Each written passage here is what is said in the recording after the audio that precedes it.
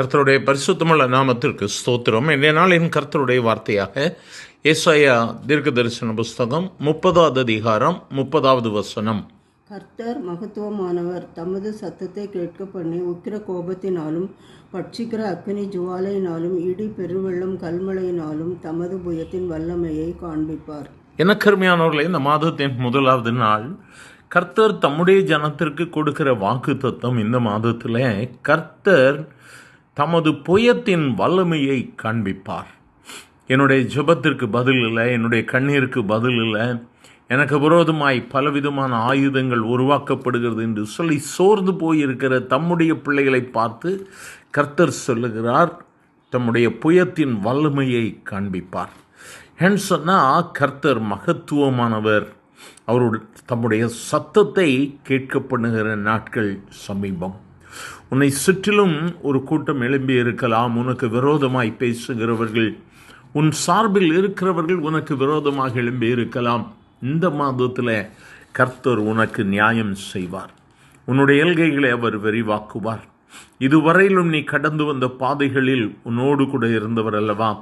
இப்பொழுதும் உனக்கு முன்பதாயிருக்கிற செங்கடலை பிரித்து அதன் ஊடாக நீ நடந்து செல்லும்படியான கிருபையை கர்த்தர் கொடுப்பார். சோர்ந்து போன உள்ளங்களை பலப்படுத்துகிற கர்த்தர் உன்னுடைய துயரங்களை மாற்றி உன் துக்கத்திற்கு பதிலாக கர்த்தர் ரெண்டத்தனையான ஆசீர்வாதத்தை இந்த மாதத்தில் கட்டளையிடுவார். எனக்கு அருமையானவர்களை, நாம் செய்ய வேண்டியது என்ன? நாம் அமர்ந்திருந்து அவரே தேவன் என்பதை நாம் உலகத்திற்கு அறிவிக்கும்படியாக அவருடைய வல்லமையை காண்பிக்கப் போகிறார். கலங்கி போய் சோர்ந்து போய் இந்த மாதம் எனக்கு எப்படி இருக்குமோ என்று சொல்லி கேட்டுக்கொண்டிருக்கிறீங்களா? கர்த்தர் தம்முடைய வல்லமையை வெளிப்படுத்த போகிறார்.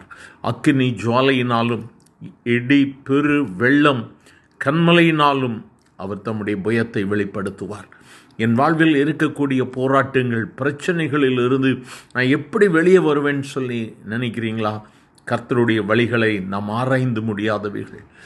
நீங்கள் ஆண்டவரை பற்றி பிடித்து கொள்ளுங்கள். இந்த மாதத்தில் அவர் தம்முடைய புயத்தின் வல்லமையை காண்பிப்பார்.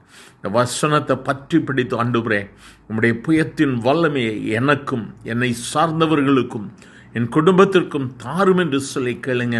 கர்த்தர் அற்புதத்தை செய்வார். நம்ம ஒருமனப்பட்டவரை நோக்கி பார்க்கலாமா? எங்கள் அன்பின் ஆண்டவரே, ஆசீர்வதிக்கப்பட்ட இந்த நல்ல காலை வேளைக்காக நன்றி அப்பா. உம்முடைய புயத்தின் வல்லமையை காண்பிப்பார் என்று சொல்லி பக்தன் சொன்ன வண்ணமாக தீர்க்கதரிசி கொடுத்திருக்கிற இந்த வார்த்தை, ஆண்டவரே உம்முடைய ஜீவனுள்ள வார்த்தையை நாங்கள் தியானிக்கிறோம். கேட்கிற ஒவ்வொருவரும் இந்த மாதத்தில் உம்முடைய வல்லமையை பெற்றுக்கொண்டு உம்முடைய வல்லமையினால் விடுதலையை பெற்றுக்கொள்ள கர்த்தர் உதவி செய்யும். ஆண்டவரே, இந்த மாதம் உம்முடைய பிள்ளைகள் ஒவ்வொருவருக்கும் சமாதானத்தின் மாதமாய் இருக்கட்டும். இந்த மாதம் சந்தோஷத்தின் மாதமாய், நிறைவின் மாதமாய் இருக்கட்டும். ஆண்டவரே, குறைவுகளை கர்த்தர் நிறைவாக்கும். 5 அப்பம் 2 மீனை 5000 பேருக்கு போஷித்தவர். இந்த மாதத்தில் உம்முடைய பிள்ளைகள் பொருளாதாரத்தில் மேன்மை அடைய உதவி செய்யும். ஆசீர்வதியும். வியாதி விக்கினங்களுக்கு விலை காத்துக்கொள்ளும். இயேசுவின் நாமத்தில் பிதாவே, ஆமென்.